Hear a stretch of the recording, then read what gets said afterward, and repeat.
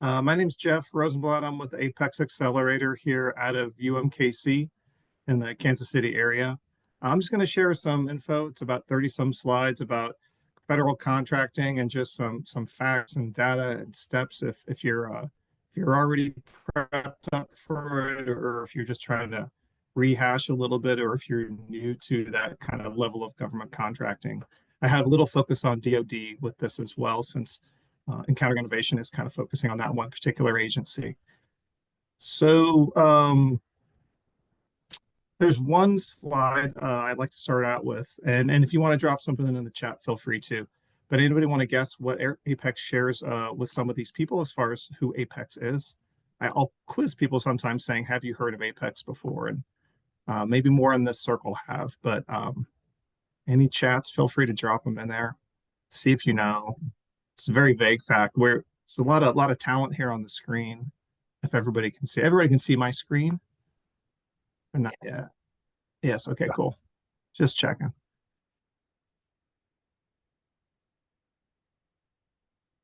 Or military. That's a good guess, Karen. Very good guess. Okay, we won't take too long. We're going to do about 30 minutes. But what Apex shares in common with these people up here on the screen, uh, very faint facts. We were all founded in 1985. So Apex turns 40 this year.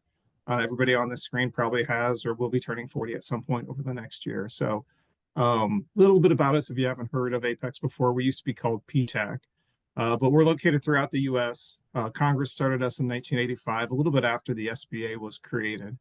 But there was a big gap between a lot of small business or medium-sized business, maybe even large business, and getting prepared and entering into the government marketplace. And so that's what our function is. So we help with federal, we help with state, we help with local. Something else about our services, we are free of charge. There's a few pennies from your tax dollars that go to DoD Small Business Program. And then also we get matching funds, usually from every state, oftentimes paired with a university. So for us, it's University of Missouri, and it's the extension program here at UMKC in Kansas City. Hold on a second. There we go. In the state of Missouri, we have 7 Apex staff. Nationwide, there's about 500 staff. And so we get about 100 to 150 new clients every year, usually coming on board. And so it's a constant flow. Something else to say before we get started, we don't get to advertise what we do, so we are a bit of a hidden resource. So whether this information is something you can use going forward, or if you know someone else who owns a company, wherever they're located, and they want to work, say, with Department of Conservation or DoD or a school district, and they need a little guidance, a little help, just give them our info, and we can get them connected. So a couple little areas we're going to cover here today, just general procurement info. We'll do a quick federal overview and look at some of the programs that they have. We'll look at the registration and the bid process, and then also some additional learning resources here at the end. So just some general info on procurement. You can get some different percentages here, but overall, most contracts are won by the incumbent previous to them that have been on the contract already, but that's not a bad figure. I mean, that leaves 30% of contracts to be won by someone new. Most companies get a revenue stream of about 20 to 30% from the government sector. Some get 100%, some get 5%.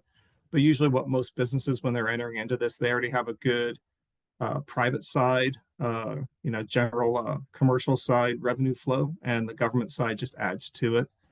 If you're looking to get a contract, even if it is like a tech grant, innovation grant kind of contract, it does take time. It's a matter of timing as far as what's coming over the horizon.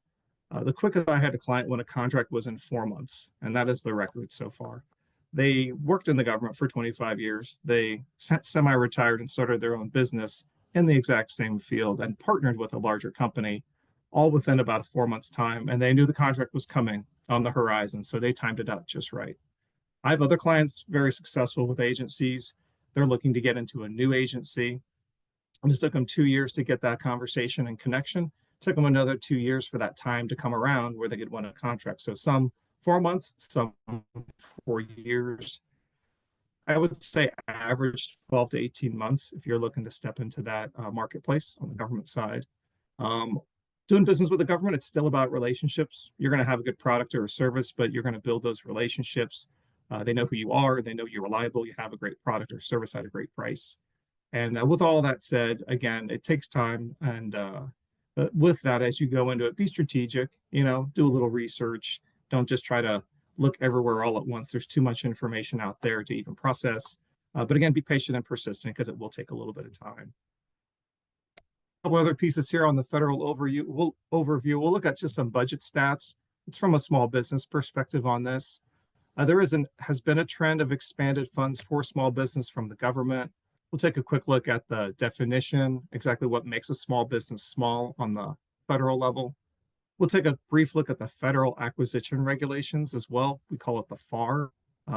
Defense has DFARs, the Defense Federal Acquisition Regulations, and then we'll look at a couple of the program initiatives on the federal level. So they haven't had numbers out for 2024 yet, but for small business spend, the federal government spent 28.4%, as you can see there, on small business. So they exceeded their goal, which was an overall 23%. I think they were aiming for 25% for 2024, so we'll see where that lands. There's been a trend of small businesses exiting the marketplace and not having enough to replace them. There's also been some contract consolidation and everything else, but the government wants to keep it a healthy marketplace. They know that small business is essential, and so they're giving that support. And to a variety of small businesses inside of this list as well, whether they could be a disadvantaged or women-owned, veteran-owned, or HUBZone is this historically underutilized business zone. And so these are all pretty steady, all good businesses working in that marketplace. Kind of how this paints the picture here as far as how that operates for small business. Again, we've had a pretty big decrease over the past 10 years. With that 25% goal here for 2024 still distributed among a variety of small businesses. Something interesting within all of that, all the contracts that are out there, a small business could win a $2 million contract or a $5,000 contract, but there is this belt line of contracts out there just reserved for small business, and they call those set-asides. And between $10,000 to $250,000 is set aside just for small business to compete on. Under that $10,000 level, or sometimes a little bit lower than that, there's a micro purchase threshold. Doesn't always require even competition or set-asides for anything, so none of that may apply. And they are with a little bit of an inflation adjustments. They are looking to increase that belt line of contracts up to a $350,000 ceiling. And so that'll probably happen pretty soon, as well as that micro purchase probably going up as well. And to keep in mind when you're looking at this, the federal agencies have these goals, this 25% goal. New administration probably going to continue still supporting small business. But in addition to that, a large prime also has to have a subcontracting goal for small business as well. They're going to be using small business anyway, and they have to put a plan together. And so a lot of times those contracts that are out there, you may win them yourself, but also this subcontracting avenue is always open as well. A quick look at defining small business on the federal level. It's all based upon your business sector code, or the North American Industry Classification System codes, or the NAICS codes we call them. These codes are updated about every 5 years. It depends whether you're a service provider or products or a manufacturer. If you're a service provider, you can see over here, these are just a sample category. They base your small business size off your annual revenue. And so when you have your NAICS codes here, you might have 1 or 10 of these, but you select one as your primary code. That primarily is the business that you do. That primary one that you select will then show you what that annual revenue can be maximum. This is averaged over 5 years. So you could have a $16 million cap on your revenue. You could do that $15 million a year for 4 years. The fifth year, you could do $17 million, and you're still a small business because you're still averaging under that $16 million level. Construction goes up to, I believe, about 45 million right now is where they've raised it up to. So they're all different depending on the sector. If you are a manufacturer or you're providing supplies, they base that on number of staff instead of revenue. And this is a 2-year average that they use. You can go to the SBA site there. It'll show you the size standards based upon all of these different business sector codes, and you can see that there. So that's how they define it.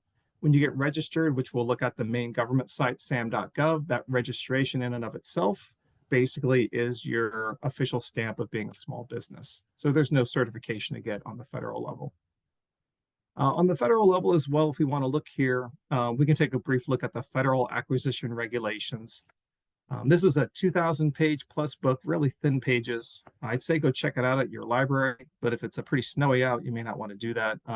There's a link here, very convenient. You can look up any section of this federal acquisition regulations that you want, but it has basically all the rules that the government has in place to work with private businesses. So it'll have things like the federal minimum wage rate that they'll include in contracts. A couple here that we can see in purple writing, the simplified acquisition procedures, limits on subcontracting. We'll take a brief look at those, but anything and everything is in there. You can look it up.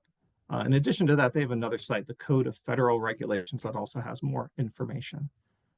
So this is something we already kind of covered, info here on this kind of band of or belt of contracts that are reserved for small business. This is all outlined and detailed in the FAR at that link specifically there. You can see there's additional information. I only cut and paste a tiny bit that was on the pages that were there. Some other little notes. You can see emergency limits being different for this belt of contracts for small business. And then also even discussing more of the micro purchase threshold there too. Taking a look at another section here besides the FAR, there is the DFAR. So it's the Defense Federal Acquisition Regulations. This is an additional area that you would click through and answer yes/no questions as you're registering if you want to work with Department of Defense. We're going to focus just a little bit here on a couple pages looking at DoD stuff. So if you ever want to find out more info, DFARS is also online, and you can access all of that information whenever you want. DoD does have a few initiatives that they've done lately. One is FOCI, which is that foreign ownership, control, or influence, making sure there's no outside foreign interest or control in a company working on U.S. contracts. And if there is any kind of perhaps outside interest, that they want to make sure that they go through that and that there's nothing that is a big red flag. 99% of companies, this never comes up for. That 1% that it does come up, usually that company, if it's a good and upstanding company, they work through it as well. So you hear a FOCI, that's what FOCI means. I haven't had any clients that have had to work through that at all, but that is a requirement and a focus for DoD. One other big focus, and I added a couple pages to this presentation for DoD, is cybersecurity. And cybersecurity compliance, they have a new website. It's been out really over only about a year and a half, 2 years. Project Spectrum is what it's called. That is basically their support site for any businesses that need to go ahead and engage and become cybersecurity compliant to work for DoD. Even if you're not going to work for DoD and you want to learn kind of basic cybersecurity 101, you should go to Project Spectrum. It's a wonderful site. It has tons of training materials, lots of videos and tutorials and everything else. But as of December 14th, 2024, any DoD contracts out there will have some level of cybersecurity compliance. With that said, there are different levels to the compliance. There's levels 1 through 3. One big thing that they came out with just about a month ago, they split level 2 to a split A and split B. So a lot of these were worried about the cost of maybe a third-party assessor coming in. That is only for level 2 split B and level 3 altogether. And those are contracts that have prioritization, and it will leave a little bit of that decision making on what category the contracts fall into up to the contracting officer and to staff at Project Spectrum.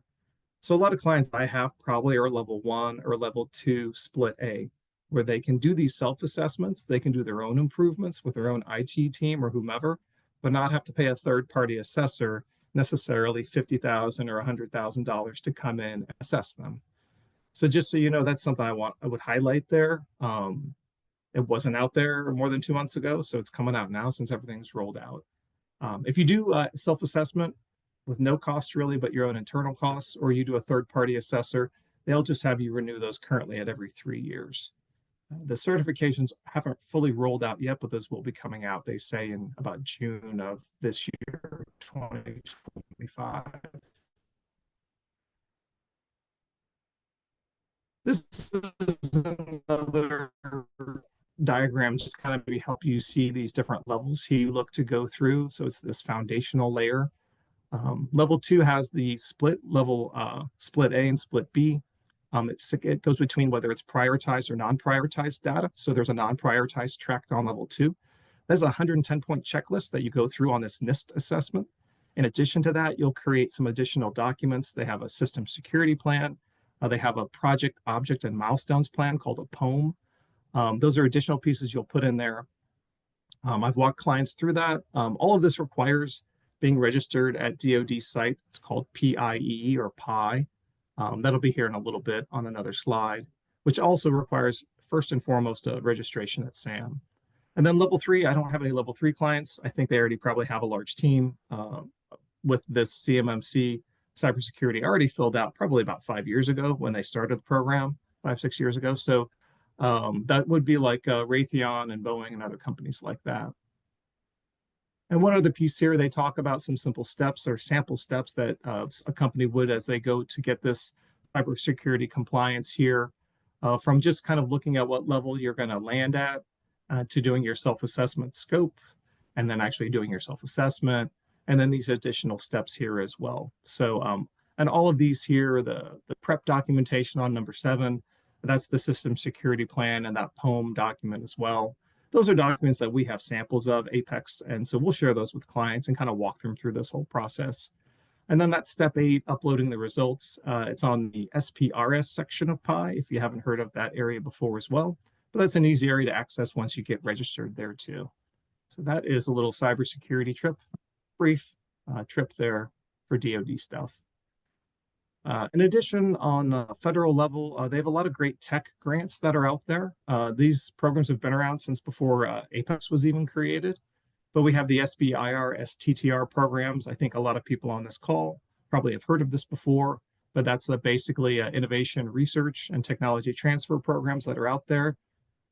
11 different agencies that send out these awards, that give out these awards annually. So really, just about any idea, any product under the sun that you can come up with, most likely, as long as it has a use, could possibly qualify within these. So you can check out their main website there as well. All these grants have timing phases to them, so it is just a matter of finding the right time for that too. And most Apexes are starting to counsel and consult on these applications. Also, there are some SBDC, Small Business Development Center groups that are doing this as well with their various tech teams.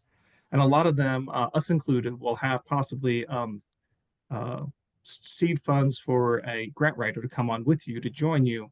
What we have currently is it pays up to $2,500 of a grant writer to help you write this first application for the SIB or SITR possible proposals or grants that are out there. So there is some great support as you go through this. A lot of people who have swam these waters for a while. And one last thing here, there's a DoD Mentor Protege program. This is a program somewhat similar to one that the SBA runs. This one only has one term that you would get. It's a 5-year term that you would have with, say, a larger protege company, or if you would happen to be the protege. This isn't something that I have any clients that are currently engaged in, but it is a program that's had a lot of great results come out of it. So it can tend to be maybe more in the manufacturing sector, but it can be services as well. So if this is something you're interested in, there's a lot of great information out there to check out as well. And one last thing I think here we have on the federal level, we have our Defense Production Title Act, Title III. This is bringing manufacturing back into U.S. soil here. And so this is a great program. You actually have a white paper proposal that you would be submitting with this. Currently, again, to be transparent, I don't have any clients active in this right now, but I know of other peers in my field that have clients that are engaged in this. It's a really great program and supporting local manufacturing and bringing all of that technology back to the U.S. Pause if anybody has questions. So if we don't have too many questions, we'll just jump into registrations here. And just a couple quick notes. There's registrations at one main site on the federal level, which is your SAM registration. That registration can take up to about a week. If you don't have everything lined up, if you have articles of organization or incorporation, and maybe you have your tax ID, the addresses don't match, maybe the name is spelled differently for your business, When you register at SAM, they check a couple databases. They do a little kind of back end checks on your company. So if that doesn't match up, you'll have to kind of line everything back up and resubmit your information. So that can extend out an application or to be registered in SAM by up to maybe a few weeks. Most companies, if everything is lined up, they submit all of their information. They have the back end check, and they're basically approved within 2 to 5 days at the most. This SAM registration site is also, like many other registration sites, also a bid site. So you can search for lots of different opportunities at that site. And I say pick your sites selectively besides the federal site. If you're looking to do other work, you could register at every county in the state of Missouri or whatever state you live in. Every city, every school district has their own registration site. So if you're looking to do some business and other sectors on the government side, be selective, do a little research ahead of time. Don't have 50 logins to 50 different sites that you don't need. And then when you're out there, most of these registration sites are .gov, at least on the federal level, it is sam.gov. If you don't type it in right, you'll get 5 imitator sites that pop up, and they'll be trying to charge you $500 or $1,000 just to register. But all registrations are free on every level across the government. This is just a summary here, and this has a bias towards the state of Kansas and Missouri. Sam.gov. Yeah, go ahead.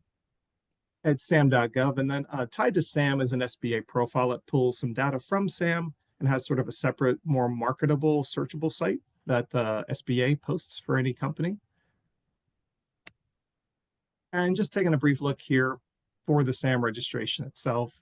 It's not really intimidating or difficult. Sometimes it's not as intuitive as it should be. If anybody you know, or if you need any help going through this registration, Apex is also here for that as well.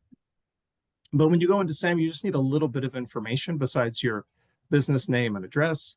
You'll need your tax ID or EIN, your banking info you can see there. You will have to select out whatever business sector codes, those NAICS codes that apply to your business. You can search more of them there.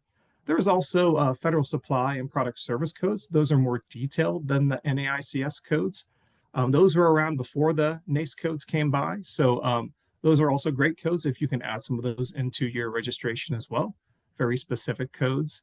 Those NAICS codes were created also in the 80s. The SBA helped kind of usher in that new NAICS code era to help identify different categories. And if you have 5-year sales or not, if you're a new company, you can still register in SAM anytime. And again, kind of a second piece to this is this SBA profile site that is tied to SAM. There's a couple little updates you would do at that SBA site, just adding in like keywords, maybe any past contracts or references you have, other things like that, like a little narrative. So not too much, not too difficult to do that, but that is tied to SAM. You're not required to update your SBA profile, but I would advise it because it really doesn't take but maybe 10 or 20 minutes to do. This is the SAM site, just so you know. This seems really simple, but again, people might go to the wrong site. I did recommend they put some fireworks above the SAM hat. I think I recommended that like a year ago, but they haven't done that yet. So maybe someday they'll have the little firework animation up there. But it's an updated site. Since I started working for Apex, this site functions a lot smoother than it did when I first started. So it's a pretty seamless process as you go through the registration at SAM. So here we'll briefly look at a few other resources and some other sites. This is catered kind of to the Missouri area where I'm working at.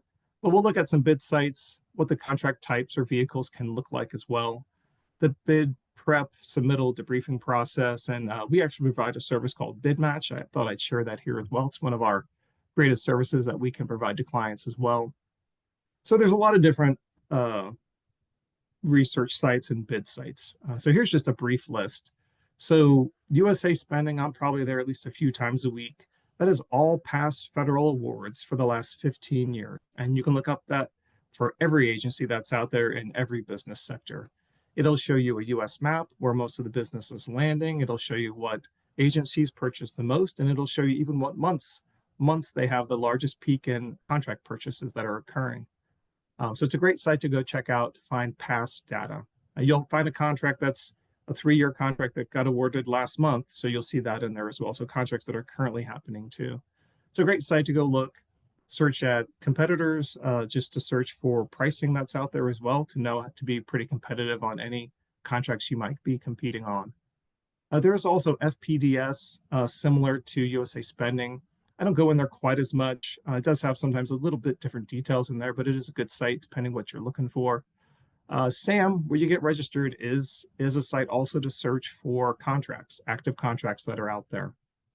You can set up an alert and profile in SAM based upon whatever search filters you want to add in there. So whatever states and business sector codes and keywords, what have you, even the product service codes, you want to put those in there too. It's a nice little alert to set up there. Fed Connect is another one. Fed Connect a lot of times tends to go through certain agencies. There's a nuclear agency has a lot of contracts that are posted there. And that kind of an island of itself, we have DoD. So DoD supply side tends to be the DIBS site, or Defense Logistics Agency, has its own kind of site. You'll see a posting in SAM, and that link at the bottom of SAM to view the contract will take you straight to DIBS. Or every now and then that link might take you straight to Fed Connect as well. There's also lots of various agency forecasts you can check out as well to research and also kind of explore what bids are out there. These are just some local ones here. So, you have state, you have Department of Transportations, you have school districts, cities, everything else. I did put in there like local primes that we have as well. Again, it's not always just winning the contract yourself, but sometimes you might find a larger company to partner with or subcontract with on potential opportunities. Within this, everybody might be a little familiar with this as well. But there's lots of different types of contracts or contract vehicles that are out there. Every service or product may be needed just one time or several times over a period of years, or maybe kind of intermittently. And so all of these contract types fit those specific needs.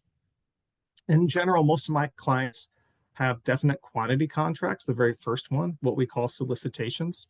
And within that, they have a different set of categories there, whether it's overall value or price, whether it's an RFP or RFQ, or just an invitation for bid. If it is more than just kind of like a one-time, one period contract, if it's going to be a lengthy contract time where they need that product or service, the government will issue indefinite delivery vehicle contracts, or IDVs. And within that, you can see it breaks out to lots of different acronyms, whether it's a BPA or a BOA or these IDIQ contracts. You'll see some of that if you are doing a little research. You might find something that says task order or delivery order on that. And that ties down to these IDIQ contracts. So a little bit of the vocabulary you can learn just saying what is out here. In addition to that, besides these kind of standard contract vehicles, they might be housed within a different function as well. So there are government purchase cards where they will make purchases up to $25,000. It's kind of outside of these contract vehicles. And in addition to that, they have supply schedules. And so a lot of people talk about the GSA supply schedule. For the VA, we call it the Federal Supply Schedule. And there's other sites as well. I call them co-op sites. Those are usually on a regional or state level. But those are sites where you actually get on, you apply to get onto that schedule with all of your pricing. You keep all of that information updated. And then the agencies can come in here and pick whatever company they want for any size kind of contract, and they don't have to compete it on those schedules. And so I don't recommend to get on those unless you're currently doing government contracts and they're limited in what they can supply to you without competing it. And they say, hey, get on GSA. We have more contract work waiting for you there. So there are a couple clients I have that are pursuing that. But those are some interesting kind of side areas that are a little bit outside of the normal contract vehicles. Just taking a look at like one of those areas, like on a basic, this would be probably a solicitation here. Sometimes it's not just the solicitation that's posted, but they do pre-solicitations. And this one specifically here is an example of a sources sought. This could also be a request for information. So they're just looking for companies that are interested and qualified to do this work. These happen quite often when they get published. This one, as you can see, it's for historic hangar door restoration. There's probably not like 10,000 companies that do this across the country. There's probably a small handful, especially if they're looking for someone sort of local. And so they're seeing who is out there, who's interested. So they're trying to kind of drum up a little bit of interest on this and just gauging, is it worth their time to even publish this contract? Sometimes on these sources sought or request for information, they'll not only find if there's qualified companies, but also, are you a small business as well? And if there's 2 or more small businesses, submitting information on this, they might actually make it that belt of set-asides just for that small business too. So a lot of good information gets shared and discovered as they do that. Looking at a basic solicitation here, if you're out, this is from our bid match service. Sometimes it's hard to see as you're going through it, but you can see it, what's highlighted in the yellow. That's one spot as you're first kind of glancing through this. It has SOL, which means solicitation, and that's their solicitation number. And you go through it, you'll see maybe the word solicitation a few more times, but always checking what the status of the contract or the bid that's released is. Is it a pre-solicitation? Is it a solicitation? Is it perhaps a multi-year contract? What have you? Brief look here. This is what we also provide to clients. We have subscription for this bid match service that we give out to clients if they are in a good position to use it. It's not anything you have to get a login for. You simply get an email from our service. If you're getting daily matches, it's a daily email that you get, and it's from our Apex, no reply at My Bid Match. It has these links here, and if you would click on, say, that My Bid Match link, this builds up basically a 30-day window of bids. So most bids close within 30 days. So this will show you bids up to a month ago. This is once you see a bid and you want to click on it, this will give you details of that specific day. And it's really kind of nice because it categorizes this and groups it by all federal bids up there at the top. And then you can see right at the bottom on line 14 is Missouri buys. That's the state of Missouri. And then everything below that, which goes on for another 40 spots there, is cities and counties and schools.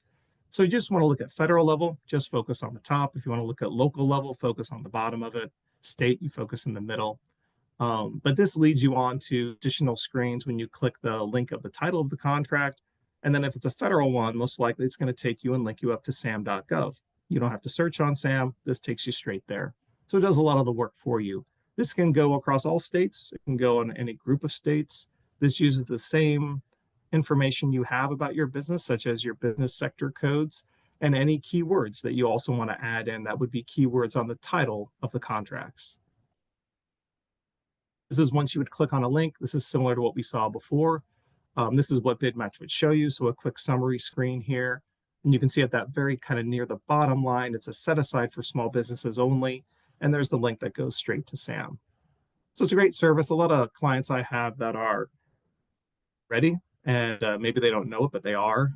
As soon as they get the BidMatch service, within usually 4 or 5 months, maybe up to 10 months, they're seeing contracts there at a good fit at the right time for them, and they're starting to compete. And a lot of times this is sort of a key that unlocks the door for certain clients when they're really kind of ready to go find success.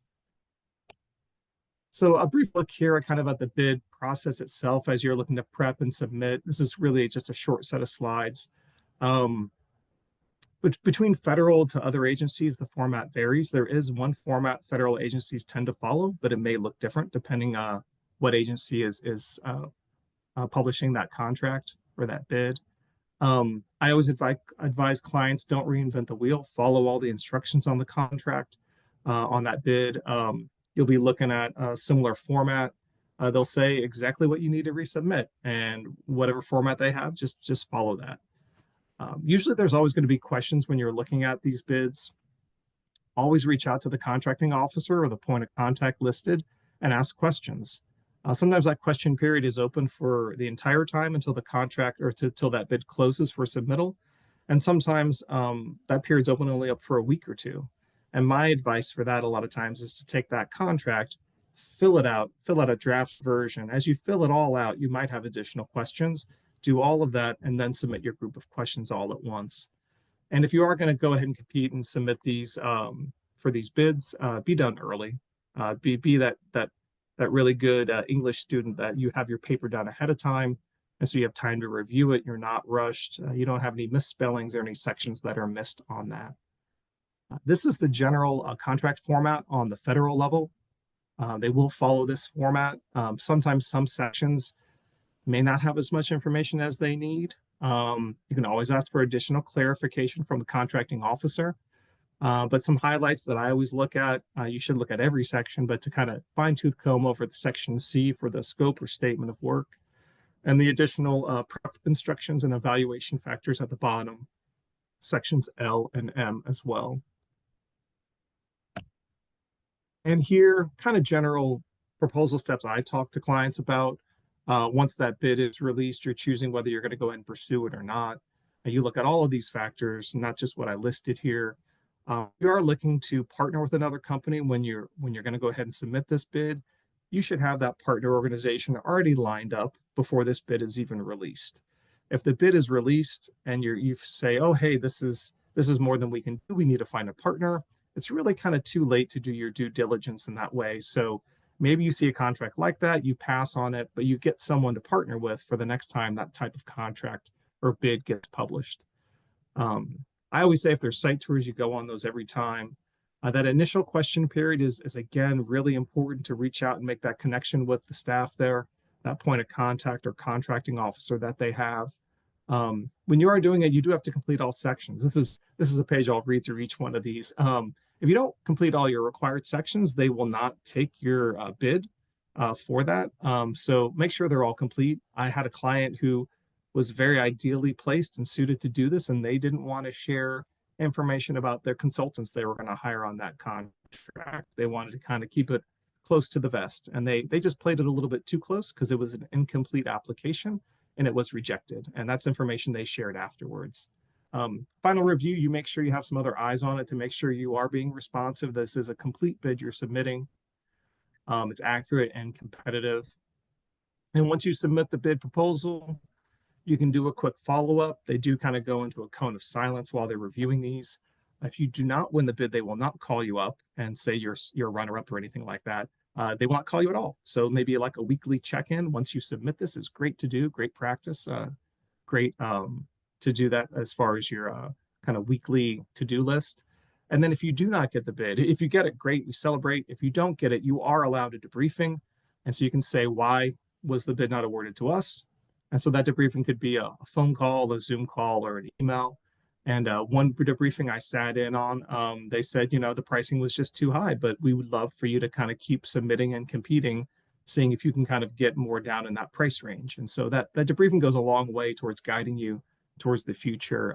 Maybe it's an agency that really wants to work with you. Maybe it's an agency that is really non-responsive back to you. And so maybe you choose to move on. I'm kind of just wrapping up here real quick. There's a whole bunch of learning resources out there. This is just a few here. There's a site called Gavology. We have a subscription to it as well. If you're a client of ours, we give you a promo code. Any classes or recorded webinars you want to view there, they're free. I think I've taken about plus 95, almost 100 hours on that site. It's a continual learning process. And a handful of other ones here from GovBrew to some legal sites. Missouri, every state has their own sites as well. And then Apex, we do offer in-depth classes, not just on general kind of government contracting 101, but all these different steps throughout. So you can take online classes, whether it's Missouri or any other state that Apex is in as well. So you can check that out too. Some steps if you are looking, if you haven't registered at SAM, and if you're looking to go ahead and get prepped and kind of government industrial base ready is what they call it.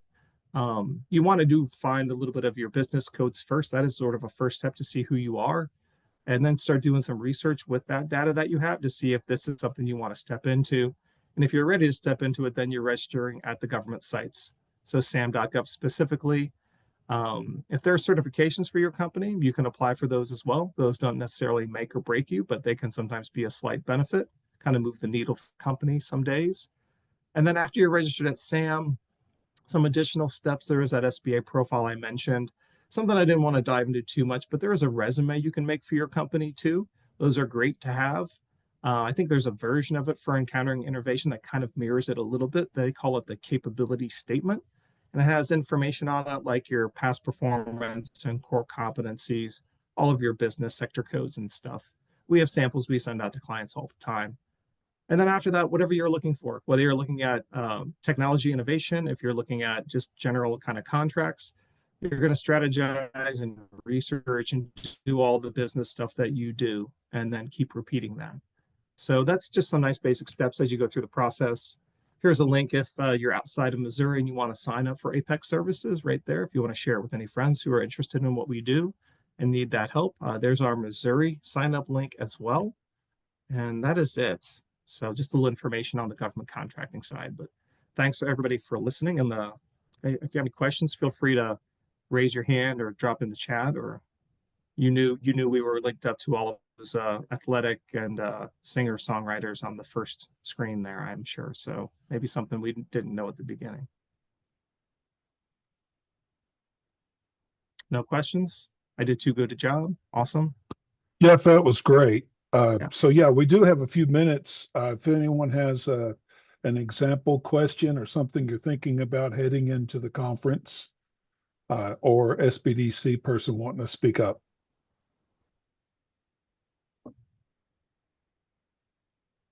I like your summary. So with the sites and then the checklist. So I think those two are two great ones everyone should have. Hey, Jeff, this is Jerry Martin from Mississippi SBDC. Thank you very much for that informative presentation. I do have a question about how you're coordinating your support for SBIR and STTR applications, and whether you have another state entity that people are sending them there. Yeah. It really depends on the states. It was the state of Washington up in the Northwest that had probably the first Apex initiative for helping with the sitter program. For us here in Missouri, there's a fast track grant across for the whole state. And so that allows for that support for those grant writers during any application time. And then our state has among the same SBDC type team that you would have, they have a tech team of about 3 staff that help guide in the SBIR, STTR applications and clients. And then our Apex group is starting to step into the fold as well to support. And so I think we're kind of taking on a tag team type approach now, which is great because a lot of people don't know about it. And if everybody knew about those out there, we'd have to hire more staff anyway, right? So it's the more people, the better. That's how we do it. Yeah, exactly. And I've only been here a short time, but I'm starting to find out, and I just found out that our Apex does that and reached out. So yeah, very interesting. Yeah. Thanks.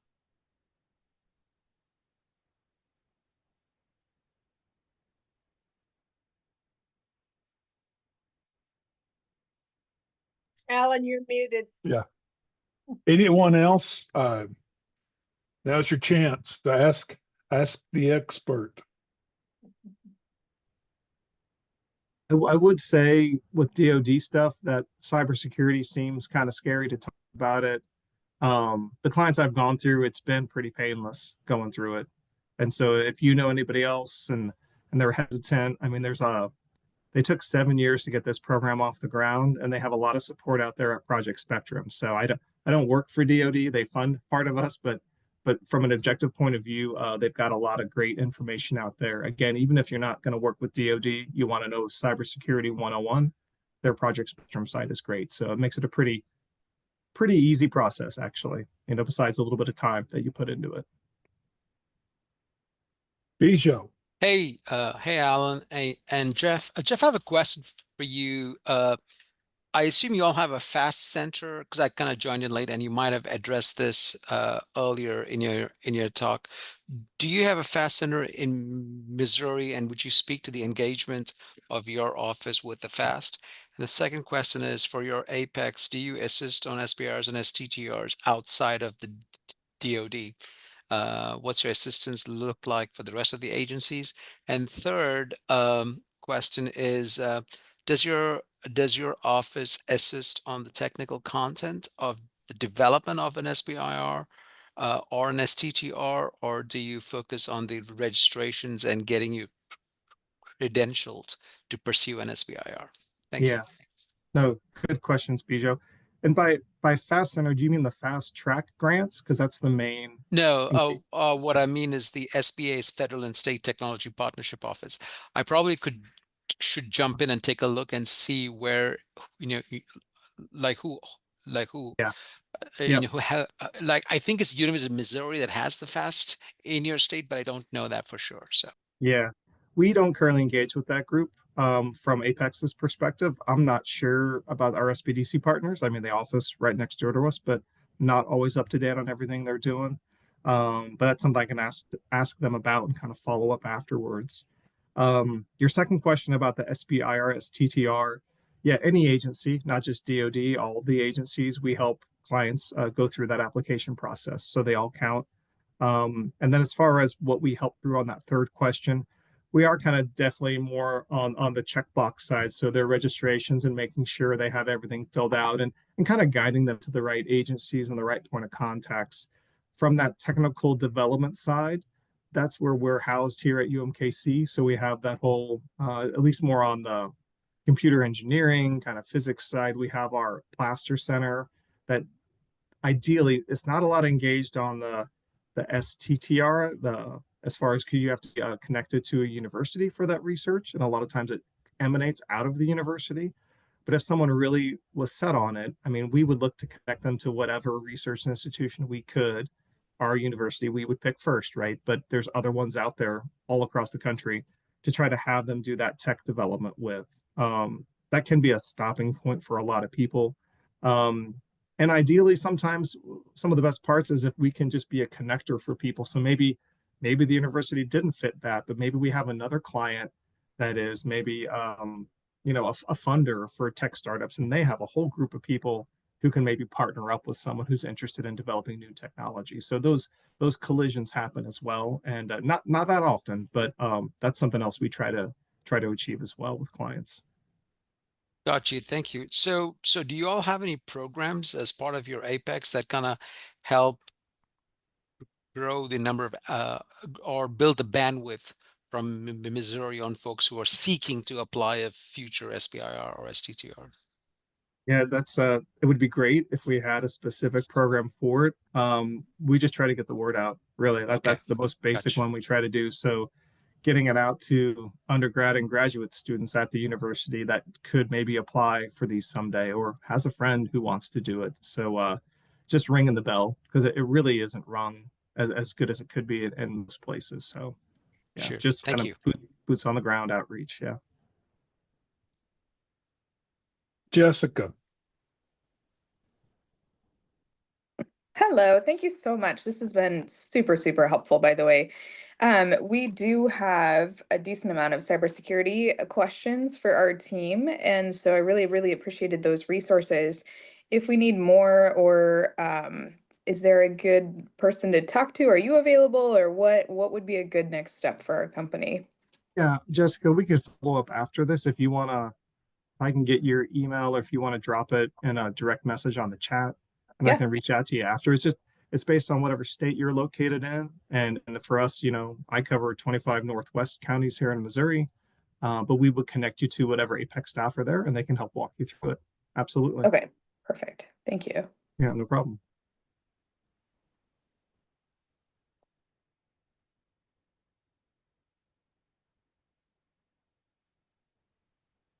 Any others? Well, Jeff, very much appreciate your being able to present and willingness to do it, knowing that you're presenting to multiple statewide folks. So that's a good deal. Thank you very much. And You're everybody, I welcome. put in the chat that we will be sharing the presentation to everyone when I send kind of just the update email out. I'll have the presentation attached for everyone. Thanks, Great. Vicki and Alan. You bet. Thank you for participating. All right. Thanks, Jeff. Anyone else? Anything else? Last minute questions? This is open up time for anything. What day specifically are we presenting, Alan? So I'll send out a question and answer thing that people are asking, but basically we state the conference week, March the 18th to the 21st. That's the timeline that we've set aside for the conference or different portions. The public participation where we will have speakers is the Defense Innovation Forum. That's on Thursday. And then we try to get as close to Thursday for everyone else. So the pitches, the first 20, basically, as we fill up minimum, will be on Wednesday and on Friday. Wednesday morning, and then Friday morning we'll have pitches. Wednesday afternoon we have Apex. I'm sorry, um, AFRL. AFRL. I'm stuck on Apex here. Purdue. AFRL from Purdue, and they're doing an outreach for lower to be able to be part of the ecosystem, and reaching out in this region is their region. So they plan on being there to participate and speak to everyone and meet and greet on Wednesday afternoon at the same location as the pitches are going to be. Tuesday is set aside as our overflow, and based on the amount of activity we're starting to get, we may end up with some pitches on Tuesday as well. But that the first 20 that are in, we're setting those up on Wednesday and Friday. So that way, if you come for the minimum, you'd be here either Wednesday and then Thursday for the conference and then leave, or Thursday and Friday pitch and leave. Does that get it? That's Go ahead, I'm helpful. sorry. Thank you so Okay. much. Yeah, I mean, I'm fine being there the whole time. I just have co-founders who have tighter schedules. So Sure. We I just think, got a summary, kind of a description of the presentation by AFRL Purdue. And I'll be sending that information out to you all as well. now Jessica, to your question and to the point of the conference, for those that are part of the resource providers, so from Jeff, Apex to SBDC personnel, and then AFRL and others like that, we've been telling them the conference is really about trying to pull the resource partners together and help them understand who's doing what. SBDCs are doing very similar things, but each one of them has their own expertise. So trying to even get them to be able to share with each other what they're doing, where they can make their program better by having others help and assist. So it's been that part for that group. For you, the innovators, it's all about trying to get those different people to the conference, as well as getting you matchmaking opportunities. So your question, I think last week, I think you asked when we were talking about the hotel, and you said, where are the buyers going to be? And so were you on when Vicky spoke early today? Or say this morning? yeah, I've been on this whole call. Yes. Okay. All right. So you caught that part where we said we're just going to go back to the Overland Park Embassy Suites. That just, although it's a drive for us every day going up for pitches, obviously Thursday it's not. So it's like, it's kind of a toss up, drive down for Thursday or drive north and south, or drive, so it's not much of a difference. It's one or the other to see them both. Okay, we've got important training on Thursday that we're doing following up. So we've got new information for you on the pitches and things that we're encountering from the pitch practice. So we look forward to sharing with you what we're learning and being able to give you updates. For those that got snow, keep yourself warm and protected. Don't slip. Gravity is always on. Vicky knows that now much better.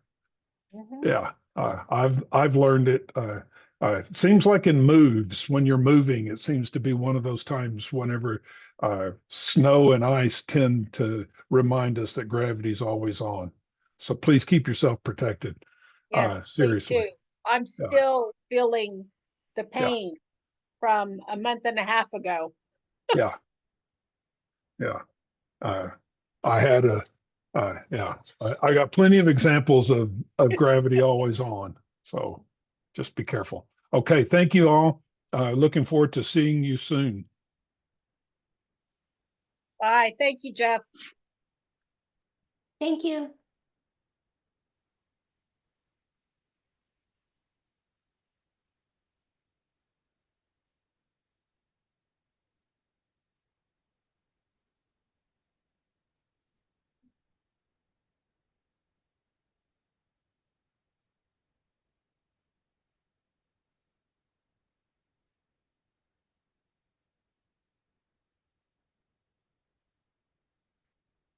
So.